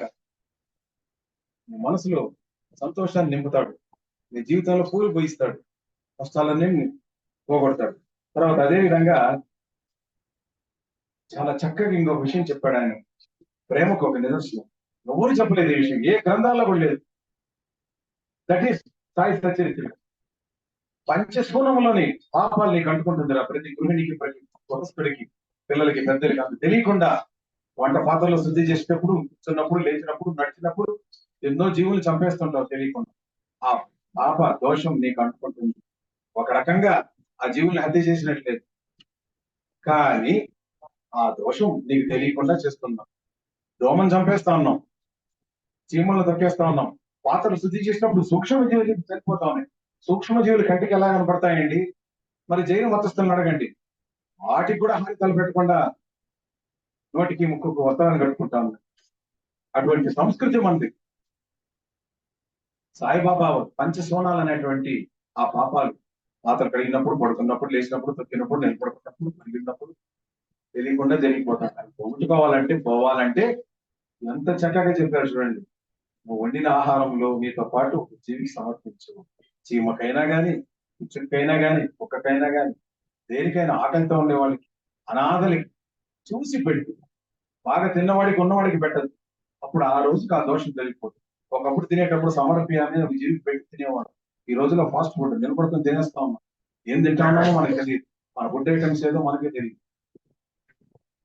కుక్కలు కూడా ముట్టనటువంటి ఫుడ్ ఐటమ్స్ మనం తింటా ఉన్నాం. కాబట్టి అన్నం పరబ్రహ్మ స్వరూపం, ద్వారకామాయి ప్రసాదం. దాన్ని ఒక జీవికి సమర్పిస్తే ఆ రోజుకి చేసిన పాపాలు పోతాయి. నువ్వు ఎంత జాగ్రత్తగా ఉన్నా ఏదో ఒక జీవికి చంపుతానే ఉంటాం తెలియకుండా. పడుతున్నప్పుడు ఎన్ని నలిగిపోతా ఉంటాయి గతలు. కాబట్టి వీటిని పాటించడం మంచిది. పంచసోనాలు అనే విషయం ఆయన తప్ప, that is Saibaba, that is unique person. కూడా చెప్పలేదు ఈ మాట ఎక్కడ, మన ఇళ్లలో వాళ్ళు కూడా చెప్పలేదు. సూక్ష్మ జీవులన్నీ చనిపోతా ఉన్నాయి, నాకు ఎట్లా తెలిసింది? ఆ జాగ్రత్తతో ఉండాలి. నా బిడ్డ చిన్న దోషం, పాపం కూడా అంటకూడదని పరిహారాలు చెప్పాడు. ఆ విధంగా ఉంది. తర్వాత ఇంకొక ఆయన ప్రేమకు నిదర్శనం వాయిజాబాయి. అన్నం వెతుక్కుంటా పోయి పెట్టింది, పొదల్లో రొట్టెలు పెట్టింది. అక్క, నీకెందుకు ఇంత ప్రేమ నా మీద? తిన్నాడు, తిను, కలిసిపోయి ఉన్నావు. ఈ రెండు రొట్టె ముక్కలు తిన్నాడు పెట్టేది. అందుకు రుణం తీర్చుకున్నాడు, కుటుంబాన్ని కాపాడినాడు. ఆమె బిడ్డని జాగ్రత్తగా తీసుకొని మామాని పిలిపించుకున్నాడు. ఆఖరికి ప్రాణత్యాగం కూడా చేసి, జ్వరం చేసినప్పుడు, జబ్బు చేసినప్పుడు సునాయాసంగా అవతారం పరిసమాప్తి చేయాలని బాబా వారు భావించారు. దాన్ని ఒక చిన్న కారణంగా తీసుకొని, ఎట్లయితే శ్రీకృష్ణ పరమాత్మ గాంధారీదేవి శాపాన్ని తీసుకొని ఒక బోయవాడి బాణానికి గురైనట్లుగా దేహత్యాగం చేశాడు. చిన్న చిన్న కారణాలతో మహాత్ములు శరీర త్యాగం చేసేస్తుంది. రాముల వారు సరయు ప్రవేశం చేయడానికి ఒక చిన్న కారణం. కాబట్టి బాబా వారు కూడా సునాయాసంగా ప్రాణాన్ని మాత్రం, శరీరాన్ని మాత్రం వదిలేదే కానీ ఆయన ప్రాణం కాదు. మనది ఆత్మ అయితే ఆయన పరమాత్మ, ఎక్కడ పోలేదు, ఇక్కడే ఉన్నాడు ఆయన. కాబట్టి ఇవన్నీ కూడా కొన్ని కొన్ని విషయాల్లోనే మనం ప్రేమతత్వాన్ని తెలుసుకోగలుగుతాం. కలిసి వేసిన అగ్గి పొల్లల్ని తీస్తాడనేసి 14వ అధ్యాయంలో ఉంది. తర్వాత నాది మాతృ ప్రేమరా అంటాడు బాబు. దూడ ఎట్లయితే పరిగెత్తుకొస్తే ఆవు పొదుగులో నుంచి పాలిచ్చి దూడని బాగా నాలుగు ప్రేమగా ఉంటుంది. అది ఎగిసి పాలు గుంజుతూ తాగుతూ ఉంటే కూడా ఆనందంతో పరవశించిపోతుంది ఆ బొమ్మ. అటువంటి తల్లిరా నేను, నా బిడ్డ పరిగెత్తి వస్తాను, దాదాపు తెంపుకొని అక్కడ తెంపుకొని వస్తా ఉన్నాడు అని ఎదురు చూస్తా ఉంటాడు. అటు పరిగెత్తడం నేర్చుకోవాలి. అది కూడా ఆ మాతృ ప్రేమ 3వ అధ్యాయంలో మనకు కనిపిస్తుంది, సాయి సచ్చరిత్ర. ఇవన్నీ కూడా మనకు బాగా పుస్తకం రావాలి, అందరూ చెప్పుకోగలి. నేను భిక్షలు స్వీకరించడం, అందరి కర్మలు, పాప కర్మలు తీసుకోవడం కూడా, పాపాలను తీసుకుంటా 8వ అధ్యాయంలో కూడా చెప్పుకుంటాడు.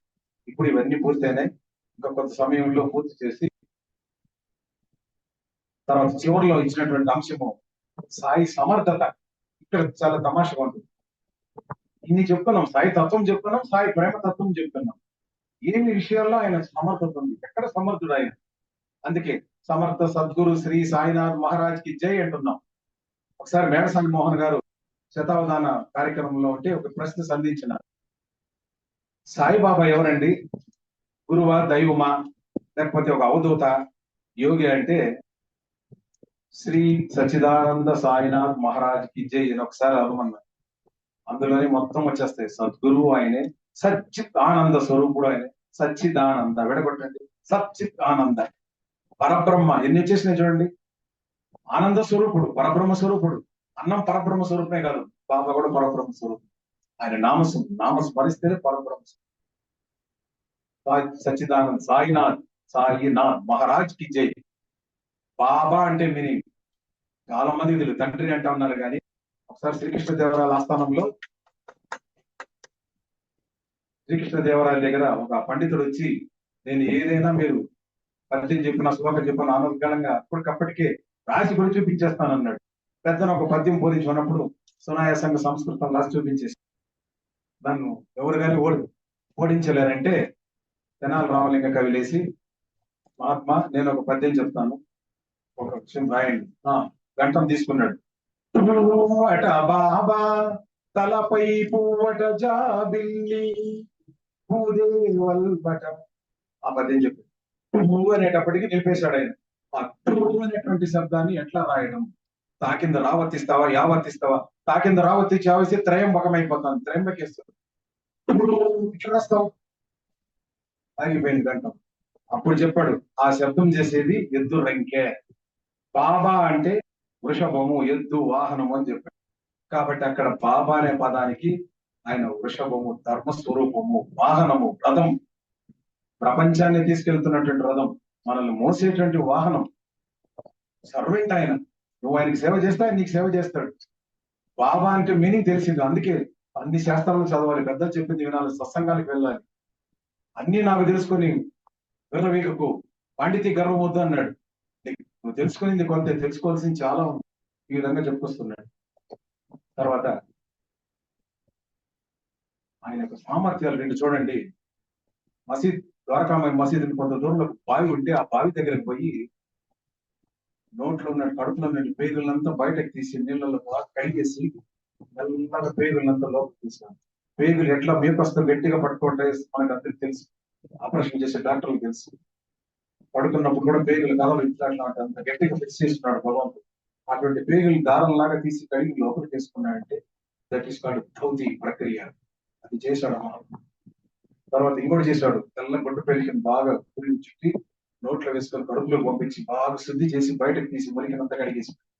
మన కడుపులో శుద్ధి కావాలంటే మనము వాటర్ తాగేస్తాం. తెల్లవారితో వాటర్ తాగేస్తే మొత్తం శుద్ధి అయిపోతుంది మనం అనుకుంటున్నాం. కానీ ఆయన చేసింది ఎంత ప్రక్రియ. మా విధానాలే వేరురా అంటాడు ఆయన. ఇది చేయమని కాదు చెప్పడం, ఎవరు చేయలేదు ఈ సంస్థ. తర్వాత ఖండయోగం, ద్వారకామయ మసీదులో ఎవరో చూస్తే ముక్కలుగా పడిపోయినాడు, గుర్తిస్తా ఉన్నాడు. ఏమంటారు, యోగ శయనం కూడా కాదే, యోగ నిద్ర కాదు, దీన్ని ఏమంటారు ఖండయోగం. అది కూడా చేయగలిగినటువంటి సాహసి. అందుకే సమర్థ సద్గురు, ఆ సామర్థ్యం ఆయనకు ఉంది. ఒలిపు నుండి ఒక బిడ్డను కాపాడాడు, ఎక్కడి నుండో చేయి కాలింది ఆయన. తప్పదు బిడ్డ కాపాడేటప్పుడు కొన్ని కర్మలు తీసుకుంటాడు. దీన్ని బట్టి చూడండి, మనల్ని కాపాడాలంటే ఆయన ఎన్ని నొప్పులు ఎన్ని బాధలు పడతాడు. ఈజీగా పోయి నా కష్టం వచ్చిందని ఏడ్చుకుంటావే, నీ కష్టాన్ని తొలగించాలంటే ఎన్ని నొప్పులు ఎన్ని గాయాలు తగ్గించుకుంటాడు, ఎంత రక్తం తాగుతుందో చూసావు. అందుకే ఏమి వద్దు, ఆయన నా కర్మలు నేను అనుభవిస్తాను ప్రభు, నొప్పి లేకుండా నన్ను కాపాడు. నేను ఊరికి విసిగి ద్వారకామాయి మసీదు నుండి రహతా గ్రామం వెళ్ళిపోయాడు. ఒకసారి మహాసపతిపై ఏం స్వామి ఇట్లా అలిగి వచ్చేసినావంటే, ప్రతి ఒక్కడు ఈతి బాధలతో వస్తాడు, విసిగించేస్తా ఉన్నాను. నేను ఎప్పుడైనా అట్లా అన్నాను, నువ్వెందుకు గుమ్మడికాయ దొంగ అంటే బుద్ధి తడుపుకుంటావు, భక్త అని పిలుస్తాడు మహర్షి. సాయిని పేరు పెట్టింది ఆయన నామకరణం చేసి. ఆయన పేరు లేదు. చెప్పండి సాయిబాబా అసలు పేరు చెప్పండి, ఎవరు చెప్పండి. నారాయణ, నీటి యందు నివసించేవాడు నారాయణుడు. భగవంతు త్రిమూర్తులు ఏ పేరుతో పిలిచినా లక్షణాలు బట్టి పిలుస్తున్నారే కానీ పరబ్రహ్మానికి పేరు లేదు. సాయిని మహాసపతికి ఇచ్చాడు. సాయి ఆవో సాయి అని మనం పెట్టుకోవాల్సిందే, మనం గుర్తు కోసం పేర్లు పెట్టుకుంటాం. అట్లా ఆయన నువ్వు విసిగించకుండా, నా బాధలు నేను పడతాను, నొప్పి కలగకుండా కాపాడు, నిన్ను విసిగించను. షిరిడీకి వచ్చినా కూడా నిన్ను చూడడానికే వస్తాను, నీ ప్రేమ నాకు ఒకటి అది ఉంటే నాకు ఏ బాధలు రావు. తర్వాత ఆయన సామర్థ్యాల్లో ఇంకొకటి, ఉప్పు నీటి బావిలో పువ్వులు వేసి మంచి నీళ్ళుగా మాట. తర్వాత నూనె ఇవ్వమని వ్యాపారం అంటే నీరు పుక్కిలించి ఆ పాత్రలు దాన్ని నూనెగా మార్చి దీపాలు వెలిగించారు. ఇవన్నీ కూడా. తర్వాత అదే విధంగా చివరి విషయం ఏమనంటే ఊది ఆయనకు ఎవరన్నా దక్షిణ సమర్పిస్తే మనమైతే ఏం చేస్తాం, దాన్ని దాచుకోవడమో లేకపోతే దాన్ని రెండింతలు చేయడమో చేస్తాం. ₹2 మిగిలితే కట్టలు తీసుకురావాలి, అది తిరిగి కావాలి అంటారు. ₹1 కూడా మిగిల్చుకోడు. దేహత్యాగం చేసినప్పుడు చివరి క్షణంలో కూడా కంపెనీలో నుంచి లక్ష్మీబాయికి 9 నాణాలు ఇచ్చేసి ఆ యొక్క ధన వ్యామోహం అనేది ఉండకూడదు. ఒకసారి భక్తులకు ఊది ఇచ్చేటప్పుడు ఊది చాలకుండా వస్తే స్వయంగా ఆయన పాడినట్టుగా హేమాడ్ పంత్ ఒక పాట రాసింటారు. అది పల్లవి మాత్రం అంటే ఆయన అనుగ్రహంతో మేము ఇక్కడ ఒక పాటను తయారు చేసుకున్నాం. అది మీకు అందరు కూడా వినిపించే అవకాశం బాబా ఈ రోజు ఇచ్చారు. ఏమంటే, విభూది అయిపోయింది రామా, మాకు విభూది కావాలి. మనమైతే పార్సల్ బుక్ చేసి తెచ్చుకుంటాం. కళ్యాణ రామారామో కళ్యాణ రామారామో గోనెలతో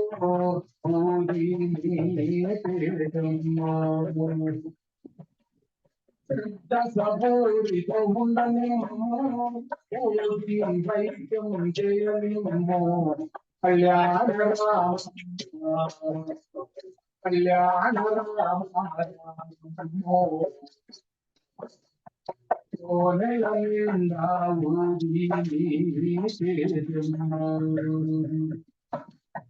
గజ్జలు కట్టి ఆడనేమో గజ్జలు కట్టి ఆడనేమో భక్తితో భజనలు చేయనేమో కళ్యాణ రామో కోనెల నిండా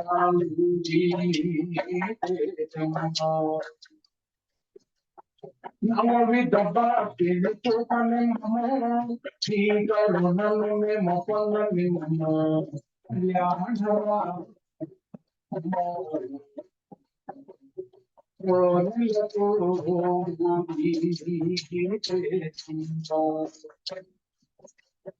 ద్వేషం అసూయనతోనేమో ద్వేషమసూయనతోనేమో ప్రేమ కరుణను తానేమో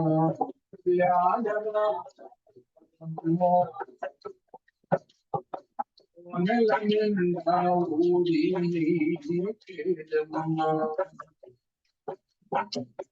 నెల నిండా ఊరి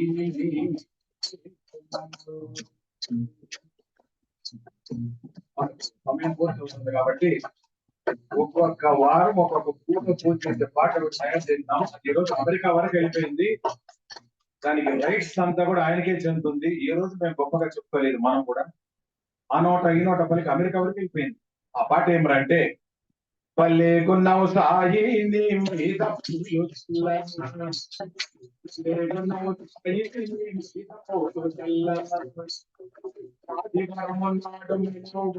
సాయి నీకు అందమైన పూలను సాయి లేకున్నావు సాయి మీద పూలు చల్ల లేకున్నావు సాయి మీద పూలు చల్ల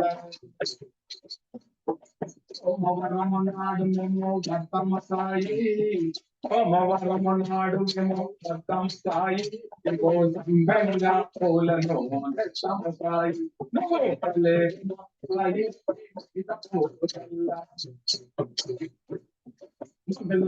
నాడు మేము తమ సాయి దిగో మందార పూలను తమ సాయి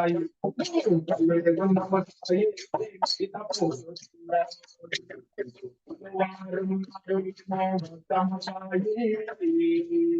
బుధవారం నాడు మేము తమ సాయి పూలను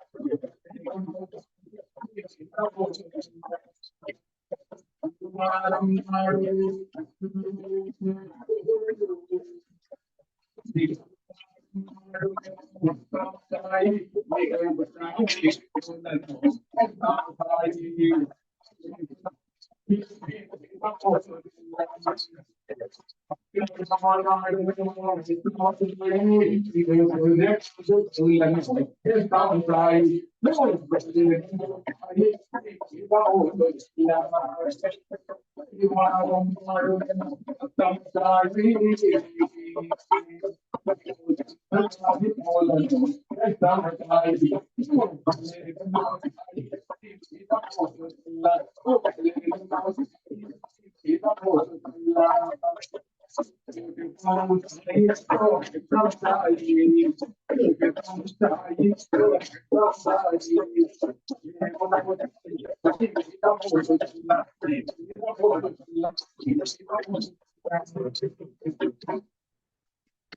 చిన్న విన్నపం. ఇక్కడ షిరిడి సాయిబాబా మందిరంలో దొరసామన్న గారు ఉన్నారు, గౌరీ శంకర్ గారిని, కరుణమ్మ, రవిచంద్రారెడ్డి గారు, భాషా గారు, మిత్రులు హరి గారు, మేమందరం ఇక్కడ 5 మంది కూర్చొని ఈ కార్యక్రమాన్ని మనకు అందించడం జరిగింది. ఇక్కడ అదే విధంగా చిన్న మందిరం ఏర్పాటు చేసుకున్నాం. ప్రతి గురువారం సత్సంగాలు జరుగుతున్నాయి. ఇలాంటి పెద్దలు వినడం, ఆశీర్వదించడం, తప్పులు ఏదైనా దోషాలు అంటే మన్నించండి. మిత్రులు కూడా ఒక మంచి తత్వగీతాన్ని పాడతారు. ఇక్కడ ఈ కార్యక్రమాన్ని మనం చేసుకుందాం. 9 వరకు సమయం 9 వరకు ఉంటే కూడా ఇంకా మంచి విషయాల గురించి పాటలు ఉన్నాయి. ఎందుకంటే పాట అనేది ఒక తన్మయత్వాన్ని, ఆనందాన్ని చేకూర్చడానికి మాత్రమే. వారు ఒక మంచి పాటను మీకు వినిపిస్తారు.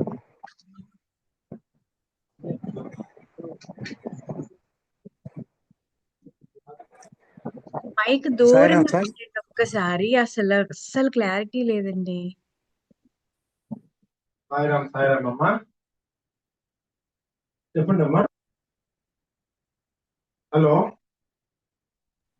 ఏం లేదండి, మైక్ ఒక్కొక్క మాట వినపడుతుంది, ఒక్కొక్క మాట అస్సలు వినపడట్లేదండి, క్లారిటీ లేదు అస్సలు. మైక్ దూరంగా పెట్టి చూడండి ఒక్కసారి, మైక్ దగ్గరగా పట్టుకోకుండా. అమ్మా ఇప్పుడు వింటుందమ్మా? ఇప్పుడు బాగుందండి. అంటే ఒక్కొక్కసారి బాగుంటుంది, ఒక్కొక్కసారి అస్సలు రావట్లేదు వాయిస్.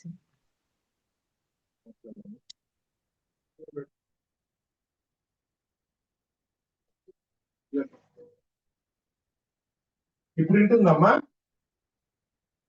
వస్తుందండి, ఇప్పుడు వచ్చింది, ఇప్పుడు ఉంది. ఓకే అమ్మా. సాయిరామ్ సార్. సాయిరామ్.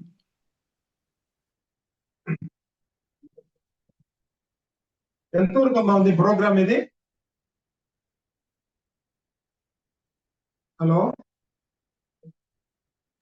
మీరు పాడండి అంకుల్ ఒకసారి. ఏమైనా సాయం ఉంది చెప్పండి సార్, ఏంటంటారు?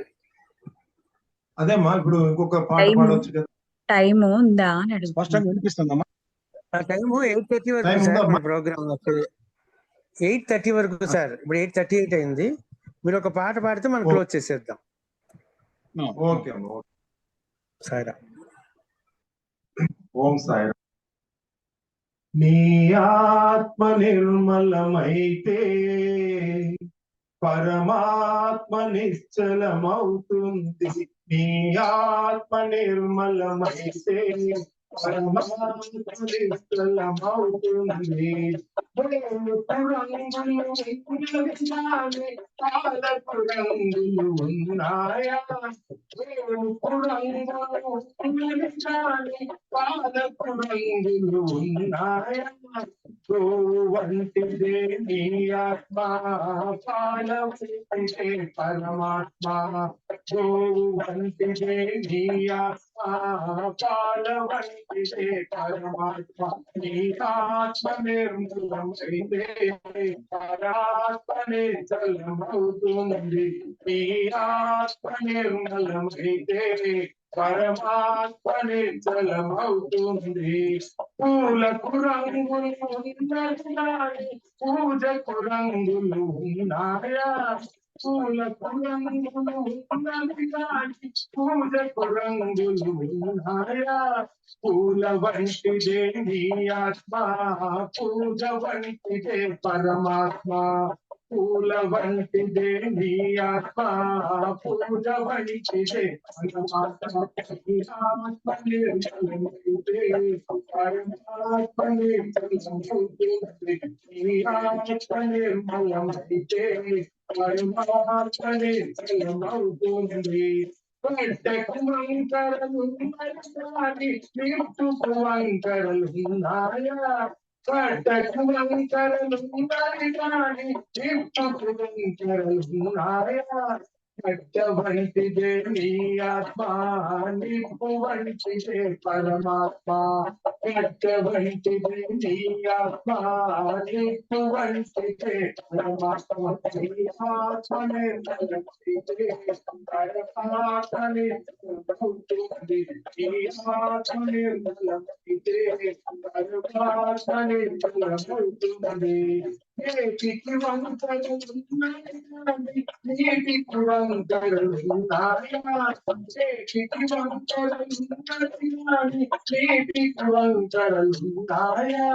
నీటి వంటిదే నీ ఆత్మ, నీటి వంటిదే పరమాత్మ. నీటి వంటిదే నీ ఆత్మ, నీటి వంటిదే పరమాత్మ. నీ ఆత్మనే వంటిదే పరమాత్మనే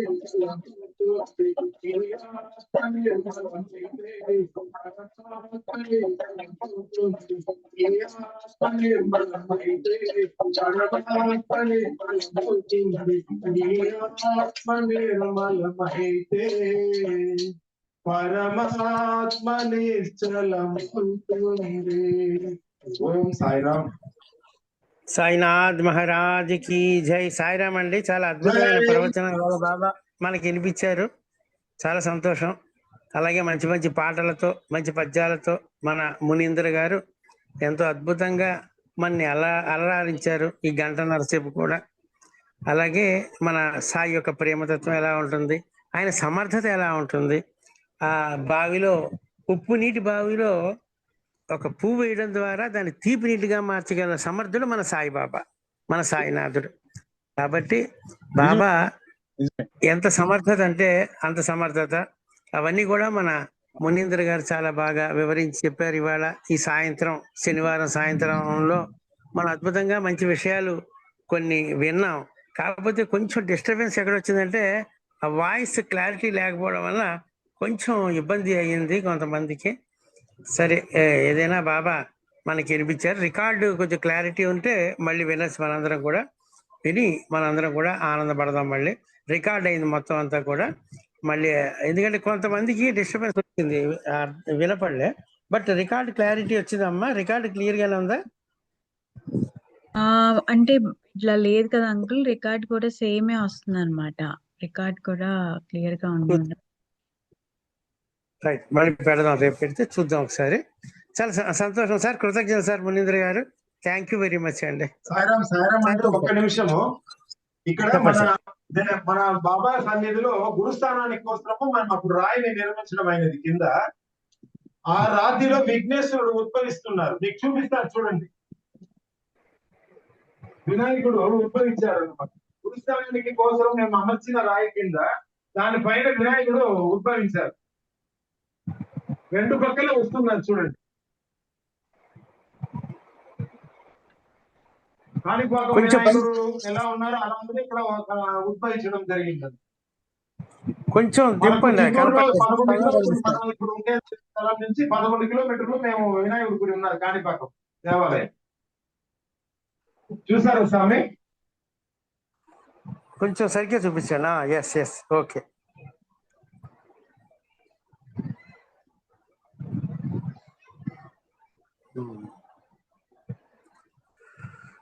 సాయిరామ్. సాయిరామ్ స్వామి. Thank you very much sir. Sir మరి కలుద్దాం మళ్ళీ. మనం బాబా దేవల్ల మళ్ళీ ఇంకొకసారి కలుద్దాం అందరం. Sairam sir. Thank you very much. చూసారా మీరు? చూసాం సార్. ఓకే అండి. సాయిరామ్. సాయిరామ్ అండి. సాయిరామ్ సార్. అందరి సాయిరామ్.